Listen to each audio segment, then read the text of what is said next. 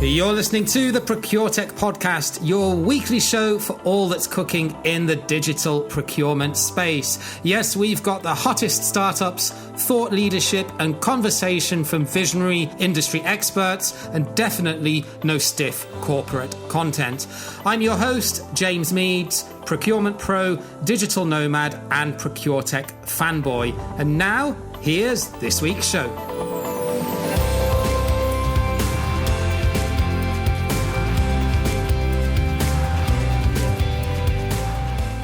Yes, hello, and welcome to another edition of the ProcureTech podcast, where every week we bring you everything that is fun, innovative, and exciting in the digital procurement space. And this week, we're actually bringing you 10 for the price of one in terms of cool new startups that we're going to be telling you a little bit more about.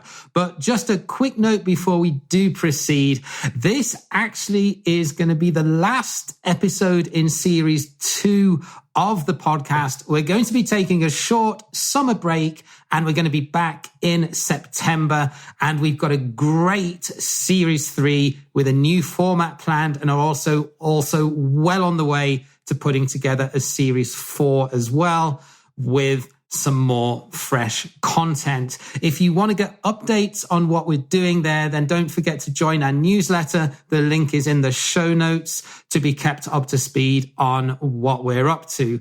So yeah, this is the last episode in the series, and I wanted to go out with a little bit of a bang and to shine some light on some early stage startups who are making waves here in Europe. I recently attended Procurement Summit in Germany for the second time. I went there, first of all, last year. And Procurement Summit is an annual event that, COVID restrictions aside, of course, takes place every June in Hamburg, Germany. And one of the things that I love about Procurement Summit is that they have a startup pitch event which spans the 2 conference days, and they do a few different pitches for an hour, and then they repeat that in the afternoon and then do it again the next day. So I think there are about 20 companies in total that we're pitching this time. And the reason I like this is because it just makes it a much more fun conference than some of the more formal and corporate events that tend to happen in the procurement conference calendar. There's nothing wrong with that. It's just not really my style. And I enjoy Procurement Summit so much more because of that. And where else do you get something like craft beer brewed by one of the startups, or even a Mario Kart championship on an original 90s Super Nintendo that one of the startups had as a competition at their stand? But despite all of those things being good fun, we're going to dive in and give a quick summary of 10 of the startups that particularly caught my eye during the pitch event. And I also wanted to make sure that all of these startups are ones that we haven't featured before on the show, so as we're bringing you something completely new. So yeah, let's get started in no particular order of preference. First one that I wanted to showcase is Flowciety. And Flowciety actually, and congratulations to their founder and CEO, Sophia, who I met a couple of times actually at the event. They actually won the startup pitch. Flowciety is a Berlin-based startup, which is all about data exchange and process automation across both internal departments and external third parties, i.e. suppliers. So what that does essentially is enable you to have a fully auditable trail, especially in procurement, for things like the automation of the phase between purchase order release and delivery, which avoids the need for PDFs and emails when things like quantities or delivery dates change, or you're sending purchase order acknowledgements, for example. All of that can be automated and tracked in real time. It also gives you the opportunity to manage the supply chain and inventory across, for example, a subcontracted part of a manufacturing process, or if you're using an external manufacturing facility for your manufacturing. Particularly, I know this is the case in a lot of startups when they first get going, that they don't have in-house manufacturing. Number 2 startup is Should Costing, and they're a Swiss-based company that aims to make companies more competitive when they use their internal data more effectively. They are a data-driven engine that helps to estimate the cost of a product based on CAD drawings, specifications, and bills of material. And especially for manufacturing businesses, this is a really, really smart calculation tool that really takes it from the bottom up and provides a full-on cost estimation through taking 3D CAD CAD designs, and then it will estimate the cost of raw material. It will estimate the cost changes per part based on, for example, engineering changes during the new product development process, or based on commodity price movements, particularly in the very volatile world of commodity pricing that we're living in at the moment. It can calculate labor costs based on manufacturing process and provide advanced procurement analytics and material grouping. Had a great conversation actually with their founder at the drinks event at the end of the first day, and love what these guys are doing. Number 3 is HiveBuy. HiveBuy are also from Berlin, and they are essentially a source to contract and e-procurement solution, which is very strongly focused on process optimization for small and medium-sized businesses. And also they've got a very useful and very relevant solution to the startup world as well. So what their solution does is supports companies in budgeting, requesting and ordering articles and services for their business, while also enabling them to benefit from better purchasing conditions through some of the pooling that they're doing with pricing on some of the more popular catalogs that their customers would buy from. Obviously, that's very dependent on the market. They're very focused on Germany and German-speaking countries right now, but I'm told that they are planning to expand. The software relies on an intuitively designed approval process, which then links departments and approval levels with a simple communication flow. You can do budget management in there. You can have control features that allow for a very transparent display and dashboard of budgets per department to enable teams to make decisions and remain in control. They also have supplier catalogs, both as an external sort of punch-out facility, as well as being able to do a bespoke internal catalog within the system as well. And they also, on some of the top-end plans that they offer, they also have a contract management repository in there as well. So in a very popular and quite crowded niche, but they've put their own unique spin on it, which I actually find quite interesting based on the market that they're going after. Number 4 is a Swiss startup from Zurich called TrueLedger, which is a professional services management platform, especially around the concept of managing external workforce. So they said in their presentation that 30% of human capital now are external contractors, and these represent 42% of the spend that a company has on its people on average. And the typical problems that you have there are that projects are not completed within budget. There's a lack of transparency when it comes to the quality and the delivery. So as opposed to some of the other external workforce management platforms that are more focused on audit and legal compliance, these guys very much focus on smart contracting as a way to reduce the total cost of ownership of their external workforce. And quite rightly, they say it's a better tactic and a better strategy in terms of managing this category than just trying to reduce the hourly rate. So they have all different forms of control that they can do with contractual concepts to manage external labor. So they can do time and materials contracts. They can do like a cost ceiling or a maximum cost setup. They can do a standard contract. They can do fixed price. They can do risk sharing, and they can also do a bonus malus concept in terms of the contracts that you have with external contractors. And that can also be both blue collar and white collar. So if, for example, you're a manufacturing business and have a lot of maintenance spend where you've got external contractors coming in, they also say that that's covered as well. And then that also flows through to things like automatic invoicing and integrating into ERP to enable you to accept delivery of a service against perhaps a PO that's been raised in ERP. So next is Lutzer Analytics. Lutzer Analytics is very much focused on industrial manufacturing companies, both mid-market and sort of higher end, more towards enterprise. Because these often are low-margin industries, and as they stated in their presentation, they often operate at under 5% EBITDA.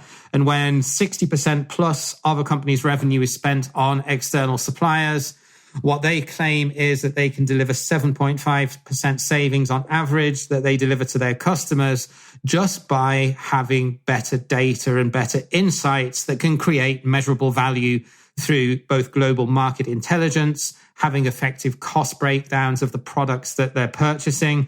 Again, this is focused more on direct materials, which then filters through to enabling you to have negotiation excellence in this field. Because especially in industrial manufacturing companies on direct materials, 9 times out of 10, the supplier salesperson is a lot better informed about the market than the buyer is, sadly. And that's not usually because of a lack of capability. It's often just because of a lack of data and a lack of market intel. So they offer global data management, cost estimation, advanced procurement intelligence, as well as 360 spend analytics in this space, with a focus mainly on automotive, electronics, and retail as their key industry sectors. Number 6, this was an interesting one, and I actually had a beer with these guys at an after event at the summit and managed to get the insight on what these guys are up to. Procuros.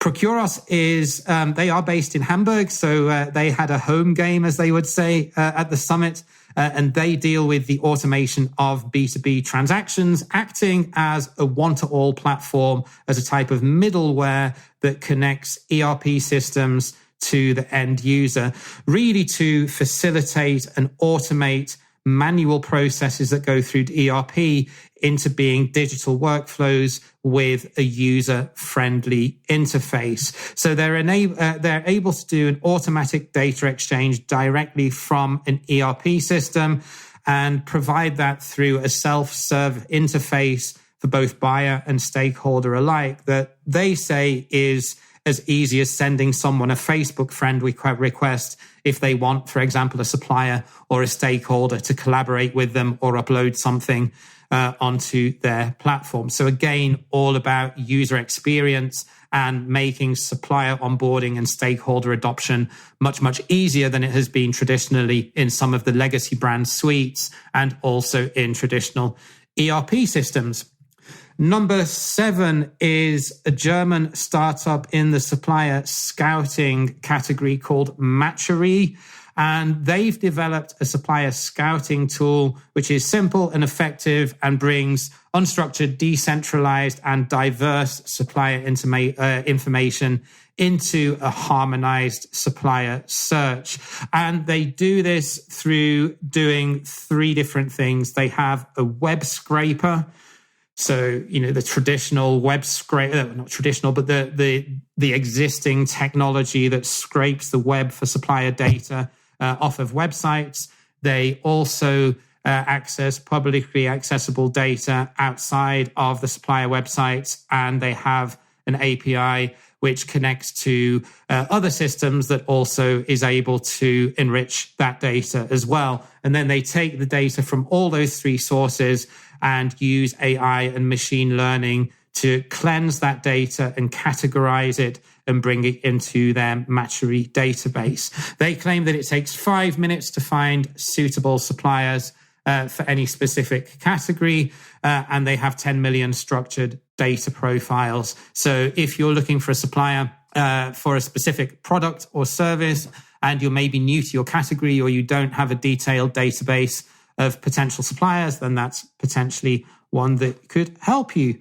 So number 8 is Paxley. They're another German startup which is very niche focused on packaging spend, and they really wanted to create a solution for sourcing and selecting and evaluating bids and pricing and proposals in the packaging category, because like a number of other different categories like logistics and marketing, it's very difficult to source packaging in a standard e-sourcing platform. So what they aim to do specifically in the B2C market, where requirements can change very, very quickly, and they have additional requirements now for sustainability, they wanted to create a simple channel to buy packaging and to do sourcing optimization and bring in the market-specific data all in one solution, with the goal, as they say, to halve the administrative work that surrounds tendering and all of the operational processes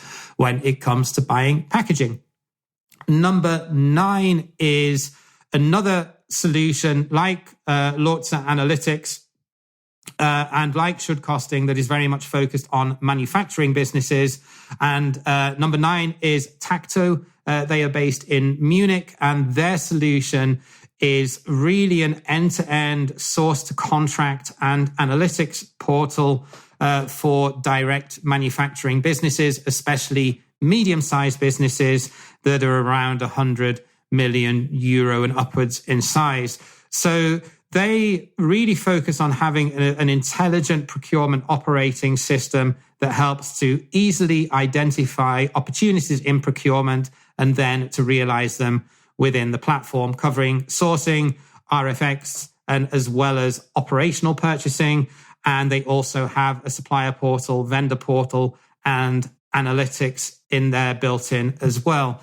Their USP, what they say, is that it's plug and play, and that you need no high level of IT consulting or ERP integration to get the most out of that platform. And especially in the size of businesses that they're working in, then having a solution that can work outside of a major ERP system and do most procurement activity in that space, I can definitely see the value of how that could be really, really useful, especially if a lot of users don't know how to get the best out of an ERP system. Then finally, number 10 is another Swiss startup called Negotiation Intelligence. And this one was probably the most intriguing out of all of them, because it was really a completely new concept that combined tech along with training to some extent around negotiation. So Negotiation Intelligence tackles the challenge of negotiation training.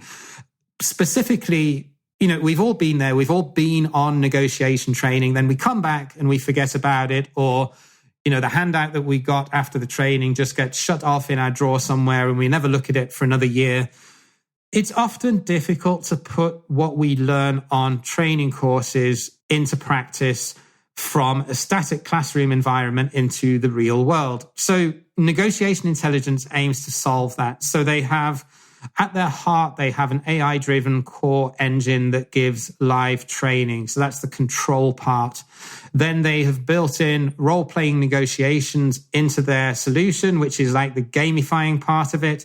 And then they also have an ongoing toolkit to help participants or to help subscribers with their negotiation skills. So they combine the power of speech recognition as well as advanced data analytics with human-delivered coaching. So it is a hybrid of tech and actual delivered training. And what they say is by combining these three, it can make your face-to-face negotiations more data-driven, digitally guided, as well as being more transparent. And one of the really interesting things I saw from their presentation is that they can actually then have like internal league tables within a company of who are the most effective negotiators. So instead of somebody just being responsible for a specific category and managing that category of vendors, if you've got a couple of superstar negotiators within your team, but then other team members are better at other stuff like data analytics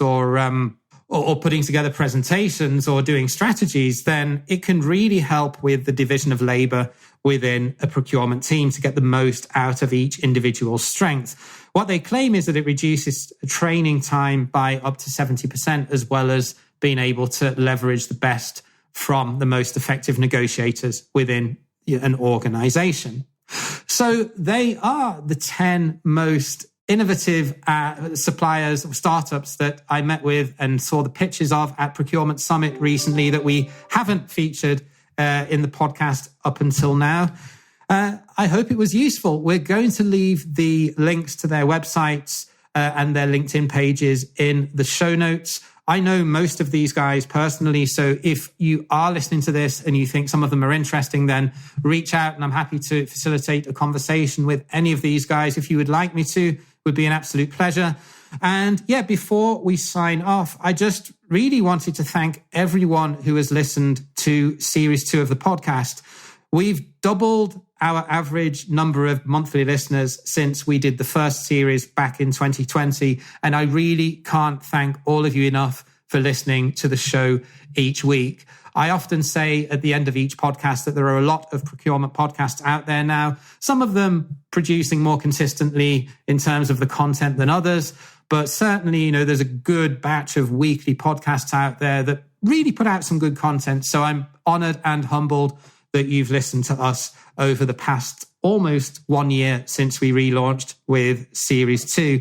And I'm really excited what we've got in store, both for Procurement Software.site, which is our directory website of procurement tech solutions that we're constantly adding to and upgrading, as well as Series 3 and Series 4 that we've got on our way for the Procure Tech podcast. If you're a solutions provider and you're listening to this and you'd be interested in doing a podcast episode where we bring you and a customer on to do a case study of a successful implementation, that's one of the things that we've got in the pipeline that we're going to be doing. That's probably going to be Series 4. If you're interested in doing one of those episodes, please reach out to me. I'd love to have a conversation because we're putting together the content plan now and we're going to be recording during hopefully August and early September.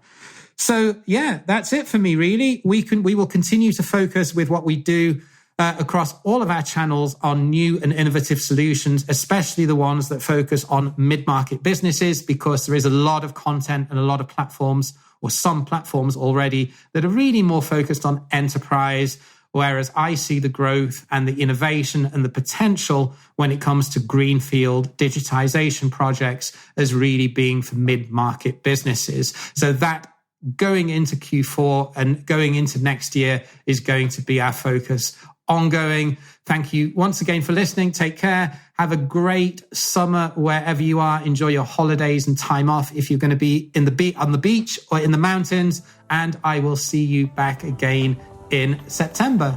Bye for now.